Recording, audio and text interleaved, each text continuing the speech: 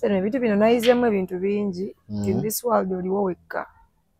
Omuntu akubeereddewo yaba akubeereddewo. Abatasobodde bakwagala oli mu basanyu nga muli mu mabaala Yoyiranda mpa ku Bereya mpa ku ki. They all knew that my brother was in hospital. Ngakyali akyassa. Batinye abajja. So but never batajja mu kuziika. It is okay. At least now I know the people who love me and care about me. Abasigadde, that is all background noise. Even those you thought were friends? Nah, but it is okay. It's okay. The people I love, the people who believe in me were there, so people who care about me. Era nange sandisanyuse nnyo okulaba nga abayimbi bajjudde kuziika kwa muganda nga tebajja na mutwale. No. Ate kyandinkubye na nnaku nnyingi. Maama, mwamulabanga nga mulwadde, sijjangu omugulireyo panado. Era ozze mu kuziika. Ntulinga abadde alinda afoli. Osegeero ojjowe speech. Nze siri nnyo muntu w'abasajja, bakyo abantu abamu balowooza ndi musiyazi, ate siri musiyazi. Njagala nnyo emidumu. I saw that clip, but it was so disappointing for me. Yeah. Nate waba teyazze mu kuziika. Aleka yabadde busy. Did he send you a message? Nothing. Gwe oli otya? Oli otya? Ndi wentyo. Tukulamu. Gezaako. Nga kitalo eky'omuganda. Kitalo. Yagenze Mukama yamaze n'amutwala. And tuli ku The Truth Media, just go subscribe, like, follow. Ndine Joyiranda. Ngano ndi waka. Abayita side mujja tusonyiwa bo. Bayino yita okuba tuli waka tetugenda kugamba abantu nti owaye mutuleke munedda. Mubagumire, mubalabe ko tuli waka. Endeje wano wa mami wa Joey. Yaye nga agwayagala okugula ebintu China by with Joseph wali okubanga ebintu byonna bijja mutongole. Ayagala okugula emmotoka ku kibanja mpola kwewola tugenda kusula moto zaawe Makindye ngodda ku Entebbe Road Africa Oil then opposite sula moto wali. Ayagala ebyokukozesa ebya herbal pressure infection manpower bamuyita JOTS products yabikolako buli kimu bakikwatako. Joyiranda bambinga kitalo. Nali ndi awo recent Friday nabadde ku BBS actually nakayimbako ne tukwogerako wakubiddewo oluyimba lwa balita Jesus Yesu oluyimba lwa Yesu oluyimba lukwata kuki waluyiza speed yawo lubaddeyo nga lulina ofuluma oluyimba lubaddewo naye my company my management wasazeewo tuluteekeyo because rally luja mu time. Yeah. So you took advantage of that situation. Just now that day nga omanyi nti era engeri ndi omuyimbi nalabye nga I need something to so okunzikakanyamu kikakanya n'abawagizi bange. Okay. Okay. Interview omuntu omukolako interview nga yakava mu kufiirwa internet wagyetisseemu kaawe mabegako baddeko ku internet badde obiraba badde bitambula badde siriiko nnyo koze ennaku ezibadde from yesterday all I was doing is cry naye ng'era abantu abalinanye bangamba sokolabe wano ebimu mbirabyeko abamu nga abalaba abakazi nga bayomba bayogera ebintu ebyekisiru naye ekintu ekiba tekikutuukangako oli waddembe okwogera oba nga tofiirwangako oba waddembe okwogera buli kimu kyoyagala oba nga tomanyi peyini eyo yakuluzinga muntu kituufu.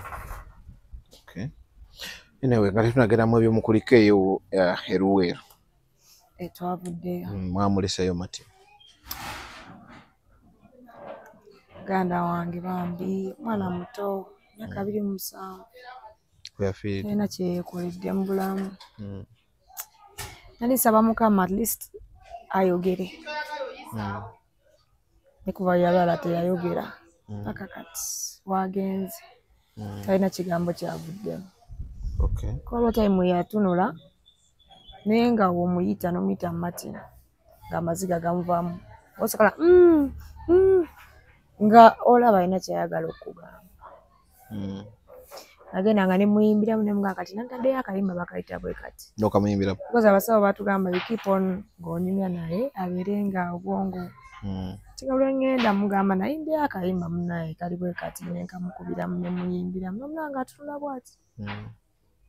Era nga nina essuubi sijja kulima mbadde ninayo ku ssuubi naye. Ngomanyi mulina essuubi nti ajja at least kuddengula anyumyeko konamu. Naye Mukama yagambye nedda. Okay. Abalongo bokka betwala bebe yalese? Balongo. Abadde Ssaalongo. Myaka emito. Mama waabwe wali? Mami w'abalongo ataliiwo. Simumanyi. Nga baaba mbamanyi. Babaleeta. Tumanyi embeera z'ekivubuka ayinza obba yabazaala muntu. Kati baba batuleetera buleete zino. Ani yabaleeta? Mama waabwe yennyini. Nze mami yankubira bukubizi naye nze mama waabwe saamulabako.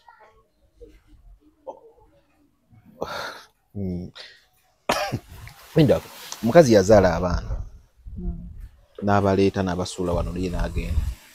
Mu kuziika taata w'abaana yabadde?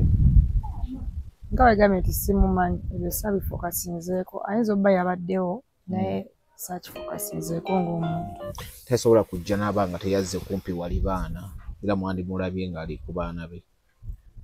Ate abaana be yasuulawo almost myaka 2-3. Abaana bali mu myaka emeka? Abaana bato ba myaka 4 omulala 5. Abalongo baba na same age. Baba na same age. Naye abaana baba benkana bali myaka sinisa amanyo mu interview y'ennaku. Bali myaka 4-5. Ennaku 5. So yabasulonga bya myezi taddanga. Kama nti muganda nga badde muto n'omanyi ebyaba yabazaala naye nga tamanyi. Naye era abadde abamanyi. Ye abadde abamanyi kwa babeera wa mama. Watuukidde ofuna obuzibu abadde abamanyi. Ngera abeera wanne wa mama. Okay. That's too bad. Anyway, kale. Ebintu byabadde mu kuziika ebintu ebisinga wabirabye. Katusokere ku waliwo omukyala bamuyita Shadia aliyoko ku TikTok. Shadia yatabuse. Yabadde ne Deshi. Jalia. Ye Jalia ye Shadia. Jalia Nalumansi. Omumanyi? Jalia mukwano gwa mama. Bwe babeera we beekuuma. Yabadde ayogera? Yakoze interview. N'oŋŋambye yabadde ne Deshi ku TikTok. Abo sibamanyi babindaze ogamba ne yabadde anvuma. Simumanyi naye waliwo abindaze awo ng'ali mu kunvuma ne ŋŋamba ono omukazi abadde ki. Oli bamuyita Shadia. What did I do to this woman? Yayogedde bingi. Simumanyi bambi naye kana yalina ebizibu bye. Kola tulidde omukazi anvuma. Tena na kyamanyiiko okuggyako okubanga manyi nti ndi muyimbi. Yagambye talina luyimba lwonna lumu lwamanyi. Kati lwaki abanjogerako nga tamanyi? Bo music wo yakusala talina kimu kyamanyi. Abo abakazi obalaba balina ebizibu. Sagana mbogerako because this interview is not about that. No, it's not about that, but tuyisaamu kati kuba reason. Yadde ayogera ebintu bye tutategeera naddala ekyasinza okukulu. Ba TikTok ali ovuma baki okuwunya. Enkwawo. Sikyogerangako naawe. Actually, oyo yennyini ye Deshi yavaayo n'akikola ki n'akiyisa lwakuba ate naye mulabye obwedde awuliriza omukazi byamugamba nga tasobola mugamba nti si bituufu. So bonna banoonya views. Which is okay.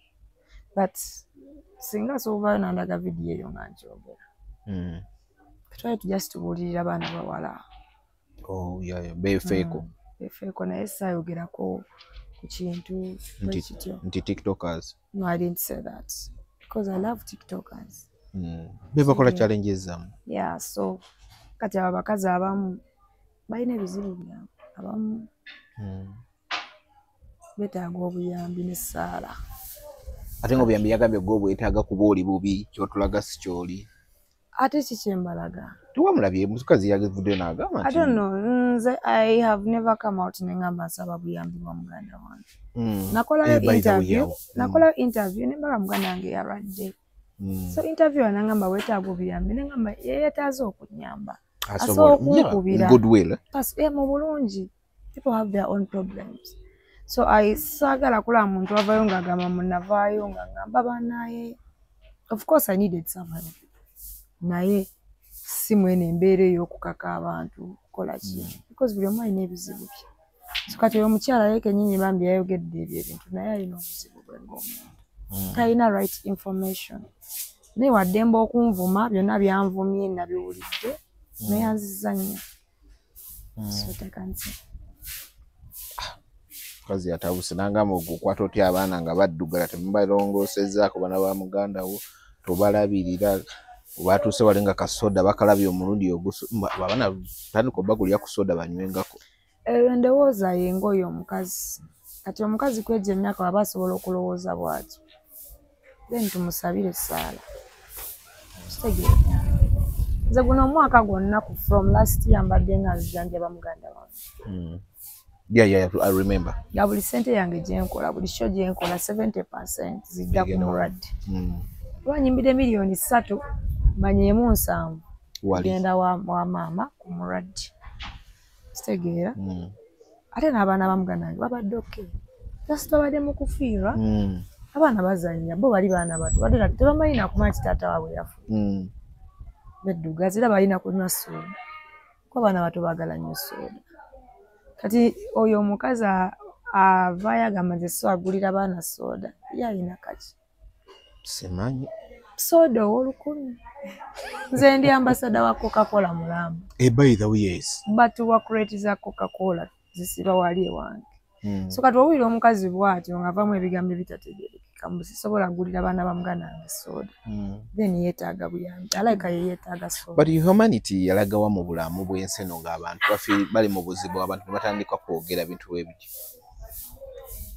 twabeerawo wadde ka humanity konna abantu tebalina mukaabumba balina ebizibu bingi tebabimalira ku muntu ali abantu balina engeri oli asoba n'ebizibu n'akange ne mbimalire ku dayasi najja nakuvuma naye nze dayasi olaba nze mpise mu bintu bingi abantu banvumye ku social media but that is the life we live in as musicians kuza osobola okola ekintu ng'omanyi kituufu omulala nakirabamu obubi ate social media yajja buli omu wadde mboteekayo comment ekuwemula ekola ki so we have to live with that that's why avaayo nenyigira muntu nti yaŋŋambye sitegeera sikola ki ebigambo ebinene abawemula emulaze mba mbalaba but tebindya munyama kubanga I've been through a lot lately ate binfudde stronger sawa zino ndi mukyala ndi mukazi mugumu kuba netisa obuvunaanyizibwa bw'okuziika muganda wange all that was on me sasula funeral services okola buli kimu because kati nze mukulu sebintu byonna byonna because yabadde omukulu kati gwozeewo ng'omukulu kati obuvunaanyizibwa bwonna bubadde ku nsi naye kati ekintu ekyo n'okikola otya ovudde mukuli okukaaba muganda we yagwa mu babbi ne bamukuba gw'obadde omuddako kyokka akuddako deyizejjera buli omu gw'amanyi tava mu bino ebibaasi ebisiiba bifuna accident wali juzi wali biki nga ne recent gundi accident gye twalaba era erinnya lye lyavaayo nti yaliko host ku ekyo ekibaasi ekyaviirako abaana okufa bino ebitugenda bigira otya omwana oyo mukomako mubuulirira buli lunaku naye nga omanyi abavubuka ali myaka 21 ayagala nnyo ebintu bya fun I talk to her every time muganda wange obulwadde gye buli muganda wange ogenda keera ku makya ofuna akabenje nga omanyi abavubuka tebawuliriza kimala kutuukako naye ndowooza ayigidde ku muganda we wuyo twamuziise ng'alaba kati naye alina okwebereramu ng'omwana omuto mwana omuwala alekeraawo okweragajjalira nze I've been seeing them nga bagendamu ebyo ebintu byabwe era kwera mutonzi waffe wakuma yakuma oba otuse okufa era oba otuse naye waliwo obumu kwabwe bagamba nti negwe okwereetedde kati ng'ebyo ebintu weebityo olumu abantu bagamba naye abaana baba bakisussizza Simanyi Dias nawe mukwano gwo mukwano gwo omumpadde mubuulirire namugambako lumu naŋŋamba ye ali mu myaka ginyumirwa nega kati buli bukangu kulekere kasita gwe mukulu we anyway taata wo mu music me and you believe Pallaso is your dad mu kibina ebintu by'endongo okoze gundi covers nyingi mu music teyalabiseeko mu kuziika mu lumbe yadde message ku socials ze zonna anywhere. Are you in good terms with Pallaso? Ate nga nawe ku show ite twakulabayo jasembyo okukola erugogo. I want you to be frank. Are you in good terms with Pallaso?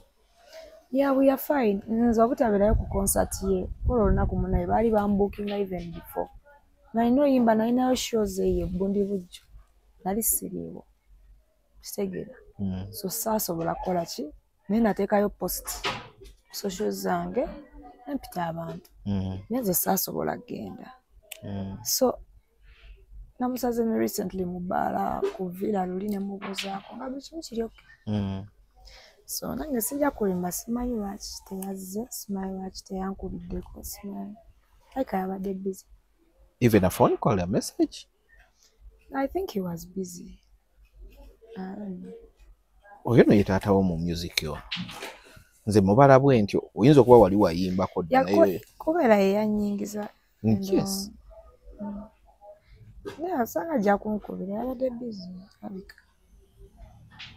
Tokaaba. Anakaabya ennyo galeka amaziga agampeddemu mu mubiri sikyalina mazzi mu mubiri. Amazzi ojja kufuna.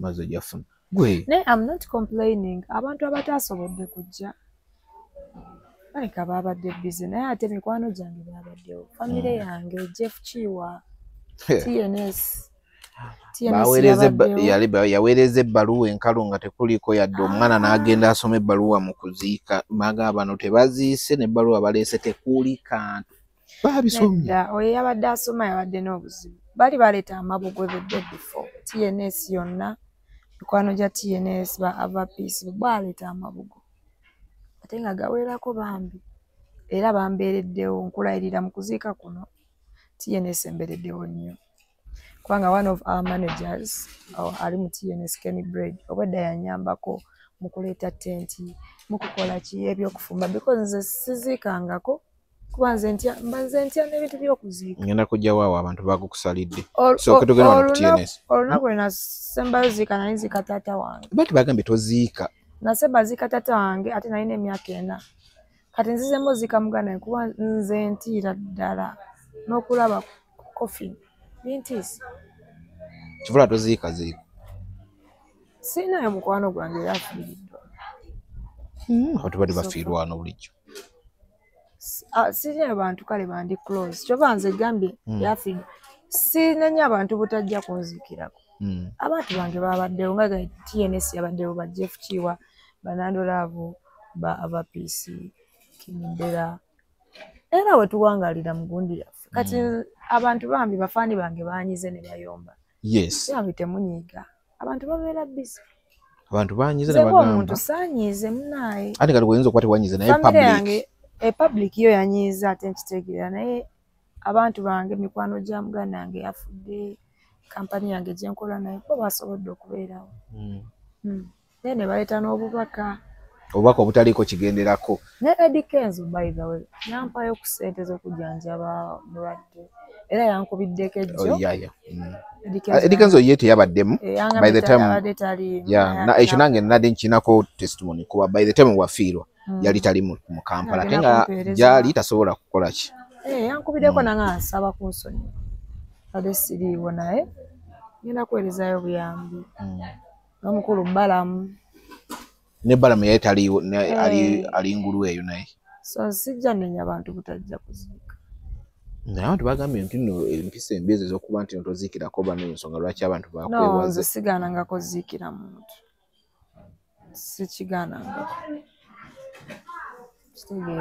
naye ate siinaayo muntu andi close yafiiriddwa kubera siwafuna mukwano gwange gwe benterabeera nabo naafiirwa ne sigenda muziikira. No bayimbi banno bafiirwanga naye tolabikayo. kivula abayimbi bakwewaze abayimbi ne banze sikinako ziwaite yabadde na concert kwade kufiirwa si kivulu kujja kuyimbirako muntu kuli kufiirwa eyasobodde okujja asobola balaba baweereza obubaka ne bakuba epasi jampeeza obubaka nankubira nange olabye nga womanyi so I don't take it as a big deal actually abayimbi temwazikiddeko Joey. I understand the pain of the public opinion naye munaye abayimbi babeera busy. Okay. Kozi munange bino ebintu byade bitabuse nnyo abantu bayomba bagamba omwana ayina empisa embi ategeere kati waagwa ategeere emikwano gye mumaze banga kinga gwe ne Nando Love temwogera cause it's a public secret mubadde mwayawula. That is the public. I do not know about that. We were all busy. We were busy. That's what I can say.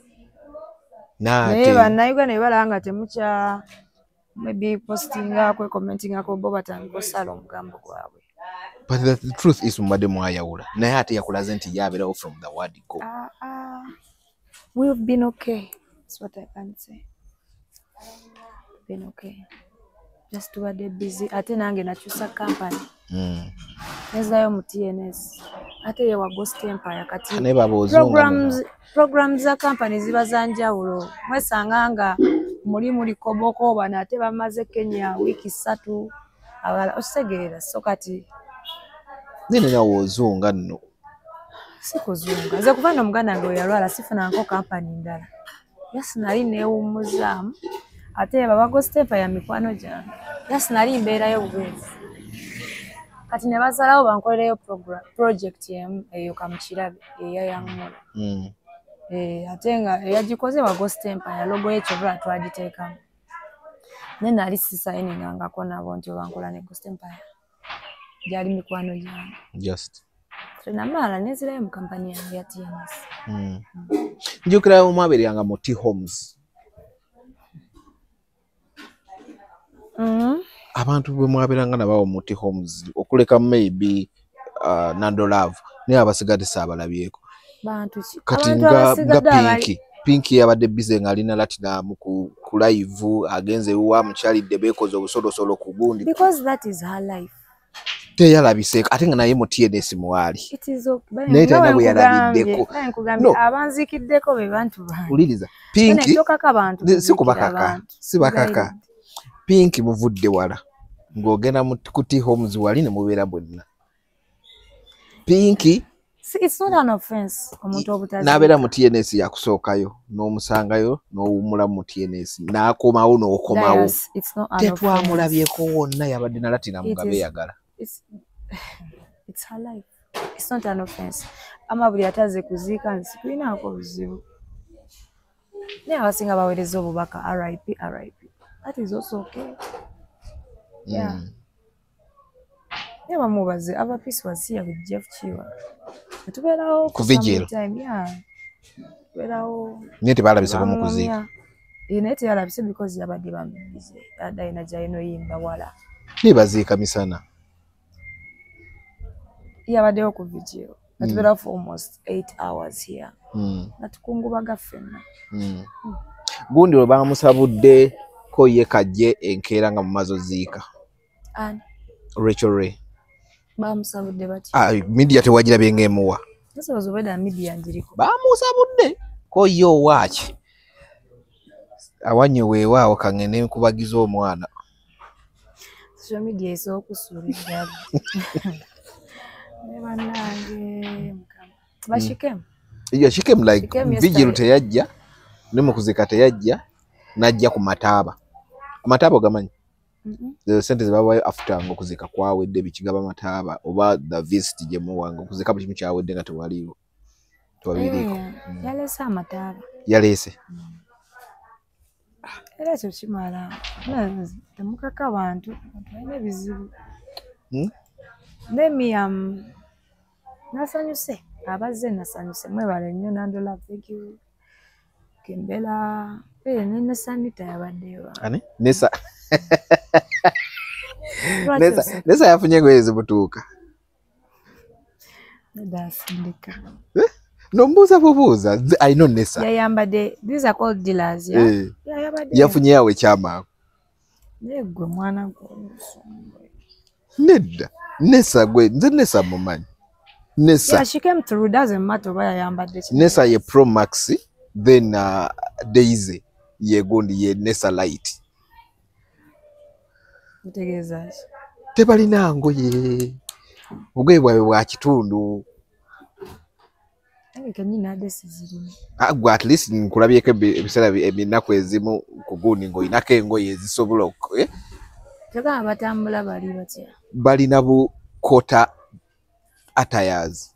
Kasita abikako wano waggulu ne wano wakati kiba kiwedde. Era nze wero wendabye Daisy ng'ali mu ddira. Ngambye kati nunga kawala kalungi kambadde bulungi. Ne ngamba kaleko. Awo nkugambye lwaki tomubuulirirako. Naye bw'ogamba nti ne Nessa yafunyeeyo kiddira. Ndowooza yakyambalidde mu mmotoka n'afuluma bwe yazzeemu n'akijjamu nga kimusiibwa. Daasi oyagala kunzesa naye ndeka abaana. Kuba gwe njogerako omumanyi. Abaana baleke batambuze obulamu bwabwe. Ne ngamba Mukama. Gwe sokolekewo. Tuli bulungi Mukama wange. Mpola. Yes. Ate wali buzibu. Alisi.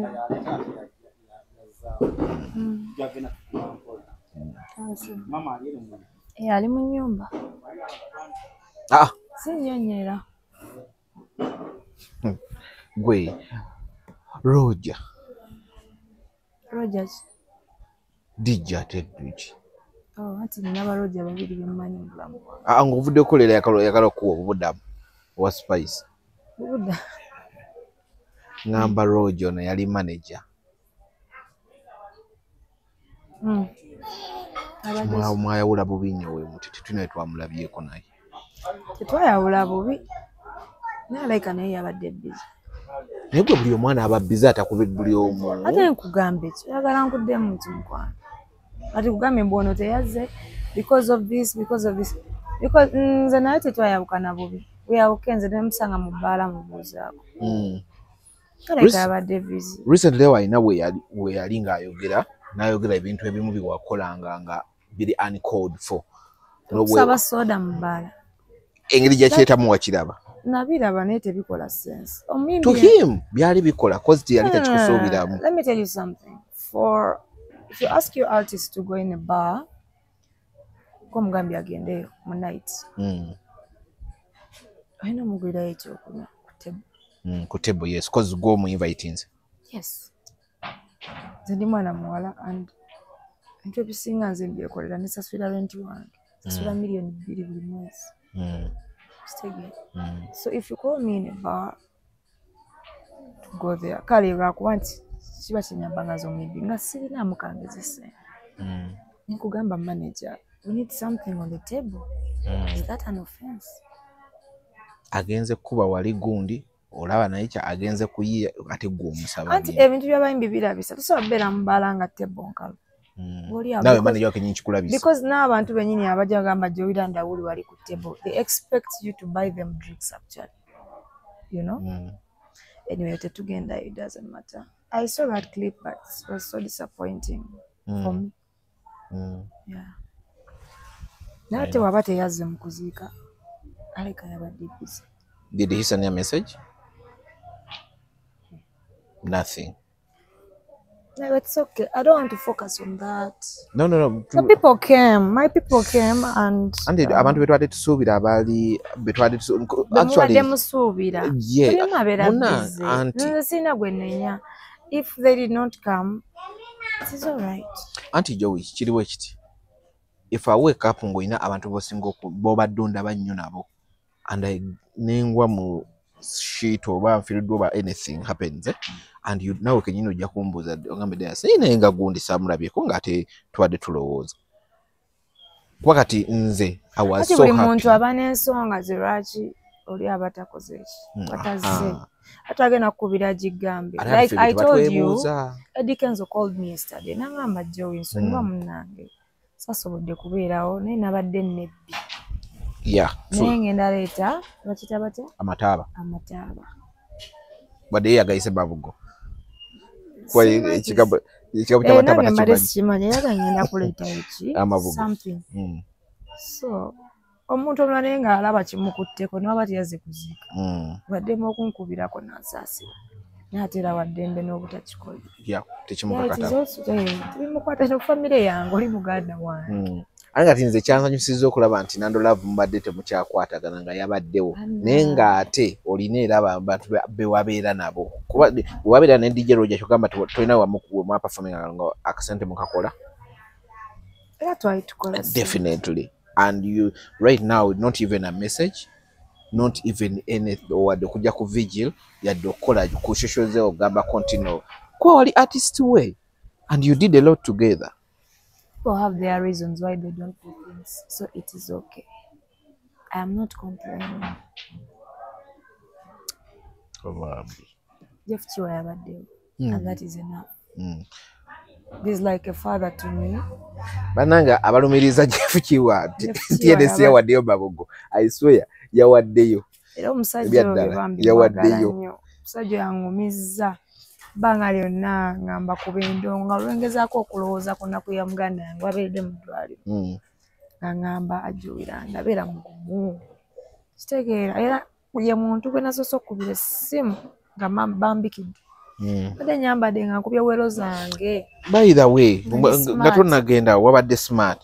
Obwabadde mu kuziika abantu ne banotisinga nti oli wabadde ng'oli bwoti ne bino ebijiiko by'engalo. Nze nadde simanyi nti muganda wange agenda kufa. Nadde ngenda na ku interview NRG. Nalaba posita ng'ogitaddeyo. Ani smart nga mumanyi nze Eva mba smart. Nasazeewo fuluma. Ye n'enjala zange zaabaddeko. Kati abantu baadde baagala nsooke ngende mu saluuni nsaleko enjala. Bakubikidde.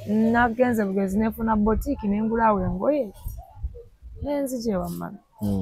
Nga nange mpunze. Era omuntu gwe nasoose okukubira yadde Jeff Chiwa. Nga munnange muganda wange afudde. Nangamba omanyi sooka odduka ogende ewa mami ebisigadde bitulekere. Sikadde tujja katukwala tulabe.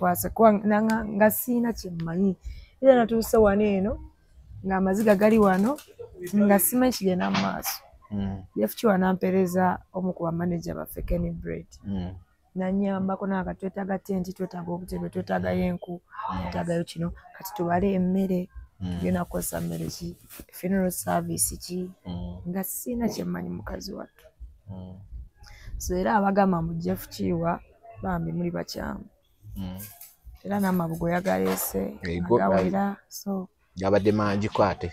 Era webale nnyo Jeff. Alan Chiwa, Jeff Chiwa buli omu yawadde. N'emikwano gyaffe gyonna egiri e Bulaaya. Egiri e London. Egiri e London bonna bakoze ogenda London. Ngenda London. Ogenda London. Ngenda kuyimba ngenda. Of course ogenda kuyimba. Lowooza bane ngamba ogenda ku kyeye. Nze lowooza ngenda kwewamba ennaku enkubi ennyonyi neewamba. Gwe diri era London ejjeetya ne bajjako abayimbi bonna ne bakulekawo. Munaye bakubira balina gwe bakubira mukwano gwange nga baagala Jowiland. I think 2 months back kane mbakwasa Jeff. Namaliriza nabo ffe ne tulinda batukubire ngende visa efulumye bikiri byonna. And I'm glad you went on a working permit gundi. Yeah. Sibino simanyi visit, simanyi tourism, wagendede ku working permit. Yeah, because I'm going to work. Because you're going to work. Munammwe bamusibidde China. Yagenda ku tourism visa yatuseyo nga akola kivvulu nga bamukaba. And grenade ali mukomere China. Abayimbi ba Uganda bayimbe China. Isaha yakavayo recently okuyimbe China. Nga yalabye bambi. Ali mukomera abe yaddala kati. Sawa zino twogerera. Njogeddeko ne obusajja bukamuseo tulaba mu film. Bwebwo. Buke tulaba nti yakola akanya buke n'omukuba emigere. Nga alabye musajja wattu. Gwe ebyaddala kyokambi bamukutte. Mbadde njogera ne Joram ku macha. Yali manager wa Karo. Joram ali China. By the way, Joram, yes, ali China. sawa zino. So mbadde njogera naye kumacha nimugamba what really happened nangamba no the guy came here ngazefo ngajide kuki tourism tour gundi visa nti aze kutuwaringa bikinga nga tourist from no bamulabe ku stage but I think those always yamukozeko olugamba I don't think tibabade bajja birondolo kutuka kuba abantu baji bagende kwezo gundi ne performing ne bad bana Uganda ababinyo aleka always yamukozeko olugamba so jura magana bimpa mu butufu abayangambi bakyabikola ko bali mu kwatagana n'abakulembeze beeyo bogene police nencho era bajja musiba muke banga era China sinyangu by the way gundi mwe bale kwegatibwako gundi Pretty Banks nimwe buli mugenda mutwala mutiye this mwe bale kwegatibwako mu Pretty Banks bangambye yefuchwa ya mutute ali mutiye nesinamu yeah ali mutiye neskati because it is a team no sleep we don't sleep we keep working but mukubideka onenjogera ko naye ndowooza mando ba Tuesday ngenda kubeerako naye tugenda kubeera otuliye mu kamera enze naye anyumize I had a one-on-one with her and she's okay she's a jolly girl she's real mawolo kuba tribe ye boba amazima nyo akugambirawo ate nange ndi wa mazima toba abantu tebanjagala nti nze nkugambirawo nti owaye oli wambwa sagala I think that's why people think in empisa let's see empisa just abana bena sagala nnyo mazima yeah that reminds me mwe Pretty Banks mwali mulwanira manager yomu wali wavirako mu TNS nga mwagala ko ku manager gwe nawe manager no gwe yo sirwaniranga ko kule mukofirwa naye ate kale mwali wena mwagala kugenda wa manager wa Roger wa Spice siyagala nkogenda wa manager Roger zikankubuulira kivuddeko ekyo he was just my friend who wanted to help me out mengo kimanyi naye nayogerako ko naye at that moment ebyo byamuneze yangamba nja kuyambako neze sikirangako kumacha nenga njagera manager Roger kati awe yayegerera okuyambirako ne Pretty Banks ate we yali ayagala omuyambirako nga muli abantu babiri zode yali anyamba yambako byanyamba we yankolera ne project yawo so agikolera kuki nze edina project yankolera kawo ze yali chali wange ngera abadde nyamba yabako nga mbusa nga omanyi bamanyi neze sigama nti nali mwana nnyo genda so kati ate tugeze okulaba era waliwo few hours later oba months later era Pretty Banks Jowiranda under TNS I'm already a TNS person project yegenda fuluma because Jeff Chua is a welcoming person kwa bayimbi je bali no banji kitegera so eri company ayamba ku bayimbi so it is okay buli mimbi yenna wogera ne Jeff Chua nakiriza okuyamba you are welcome we are so welcoming teri mpalana teri chi yeah naye kikuba omuziki kigundi ki Pretty wakabi ayimba bulungi aleka tekala tusubirayo kakolabo kamwe kawelo kamukola manager wabasazeyo of course akoje tubisuubira abisalawo ebyo tubisuubira byonna yegwe mubine ebisala byennyini bye twalirabidde tulabira nti no boyfriend wa Jowiranda amubeereddewo bambi oyo boyfriend tetulina we twalabye gundi totusala nkwano abantu bange babaayo naye am not this take a relationship mu colleague abantu bososo omuntu abanyambako no I'm not ready to put a relationship right now in public not until omusajja wanavayo omusajja wange na akola bye nasaba alina okukyala balina okutwalira mu kitiibwa aiva mati sinayagala ate kufumbira sibya kwegattako kulekaawo ate simala geegatta sigaba bijanjaalo kyekyo nkiteekako ne era naye newogezaako okunkwala sisobola kati nze kukoze eki okutuuka okungamba ekigambo ekinene bwe kityo munawe newengezaako asinikira mulimbaako tuli mukufiirwa tonsesa Nze siri nnyo muntu w'abasajja bakyo abantu abalowooza ndi musiyazi ate siri musiyazi. Njagala nnyo emidumu. Naye ate I focus so much on myself. Kwerabirira, kulabika bulungi, kuba music. Saa kwegabaagaba ate omusajja nga atuuka biseera biri nga nayonooneka. I don't want that. Era abaana abawala mbabuulirira temwegaba nnyo. Balina balwaza buli kirwadde ky'otawulirangako ku nsi. What wabuulirira abawala oli yalowooza ovumye ba TikTok. Ebintu ebyokubuulirira buulirira. Twefuula basenga ebitagatta. Twali ku live yaffe nabo bakatale and kando. Ne tugamba ne ba Pretty Banks. Tuba naye bannaye tuba n'abawala mikwano gyaffe nga tebawunya bulungi naye tubagambengako. Suppose nekikwajja oli yatemamu nga nze njogeramu. Bannaye tubabuulirira abaana bawunya n'ateekako kitayito. Gyowira nagambye ba TikTok bawunya. Akera ku makya ba TikTok enetisi. Nyamba ate nakoze ekikulu omanyi nange ndi wa buvuyo. Mwana nga batusula ekisaganda ky'amabere n'okitukumu. Amabere gange gamuluma oyo namukadde naawe. Wali walina amabere nga geno. Ekisaganda ky'amabere ategeeza ki? Ekikye. Ndowooza. Kwa mukazi mukadde oba yaani?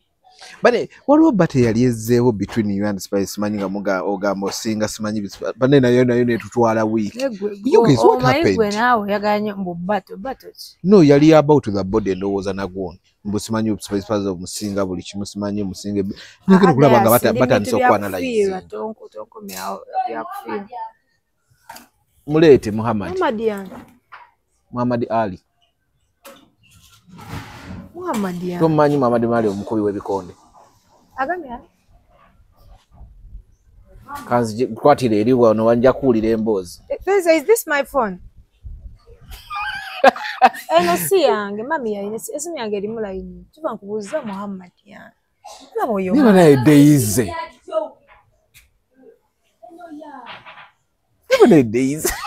Oba yabaaki.